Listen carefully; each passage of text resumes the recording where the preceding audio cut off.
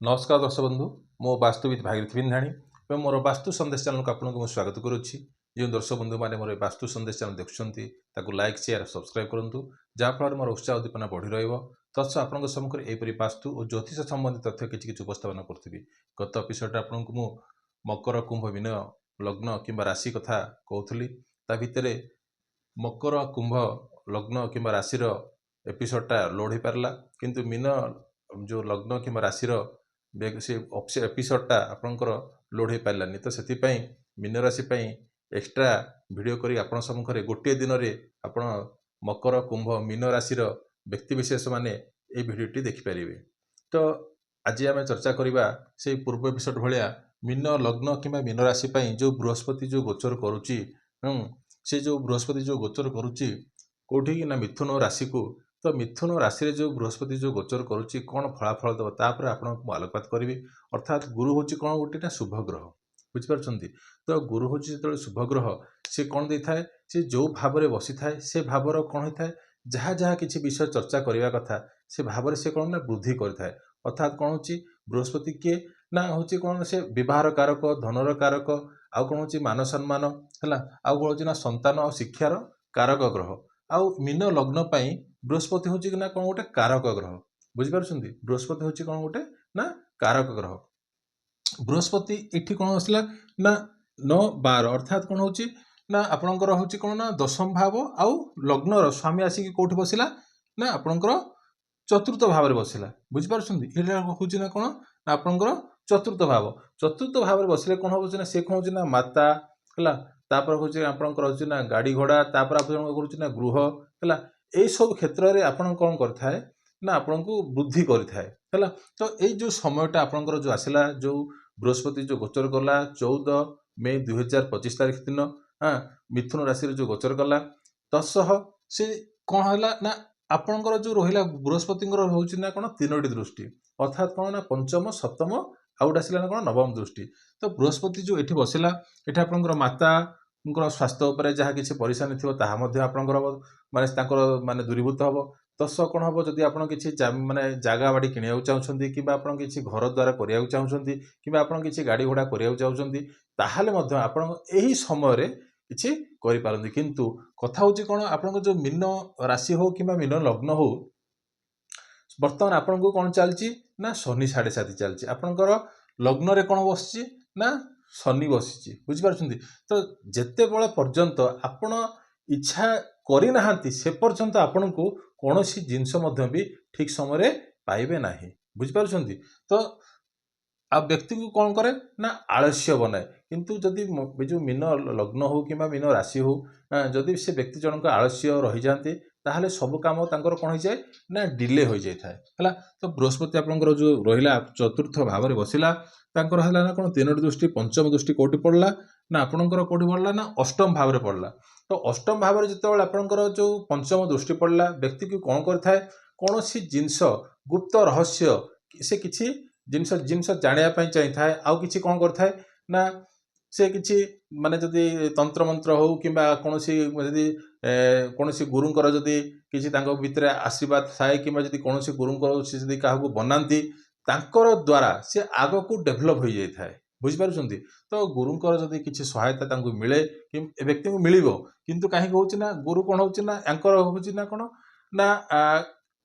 कारक ग्रह। तो जदि कौन विशेष गुरुंर जदि किसी सानिध्य रहती ताहले सबकि पाइपर आ व्यक्ति कौन करती ना किसी जिनस जानापी आग्रह थाए किसी गुड़ रहस्य जानापी आग्रह थाए बुझिपार।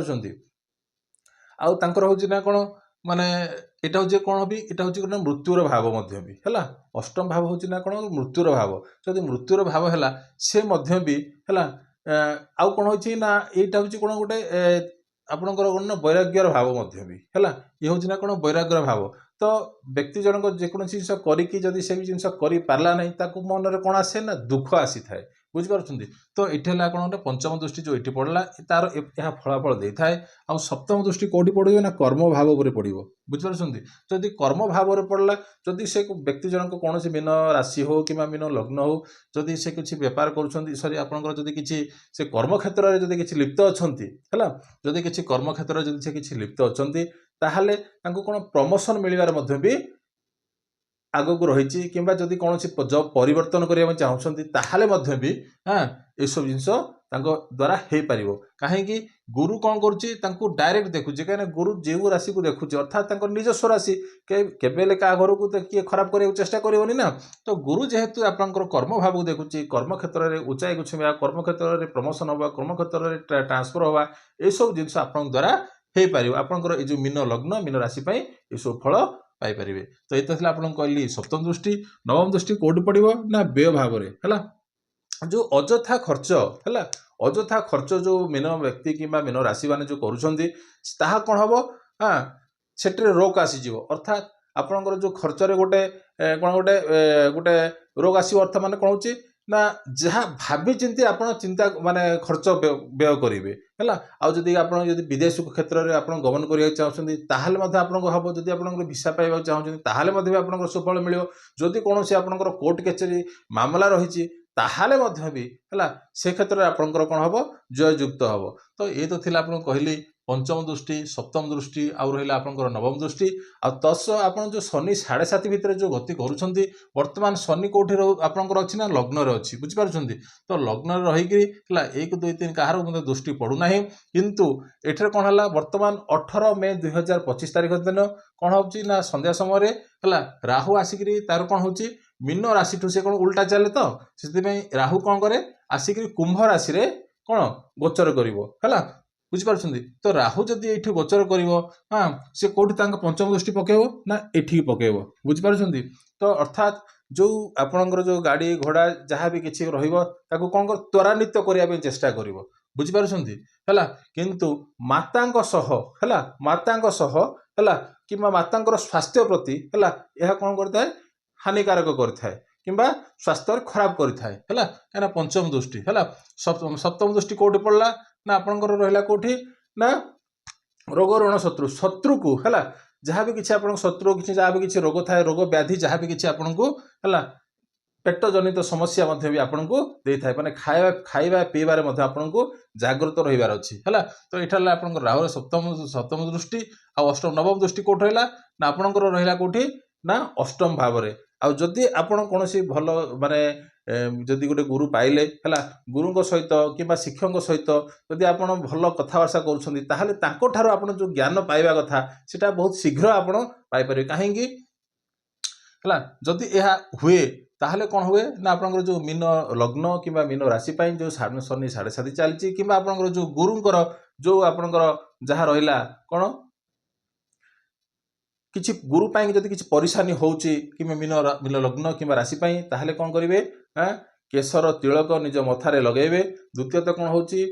बृहस्पतिवार दिन है बृहस्पतिवार दिन कौन गोमाता को है गोमाता को कौन करेंगे ना चना डाली है खाइबा को देवे है चना डाली खाइबा देले यही सब छोट छोट जो उपाय करी आपन कौन करें मीन राशि हो कि मीन लग्न हाँ गुरुंकर प्रभाव कि फल भल पाइपर है तो यहाँ गोटे टपिक गत एपिसोड रही जाता तो मीन लग्न मीन राशि आउ थे मत टपिकटा आउ थे आलोकपात कली जो दर्शक बंधु मैंने मोर यही वास्तु संदेश देखुं लाइक शेयर सब्सक्राइब करूँ रही नमस्कार।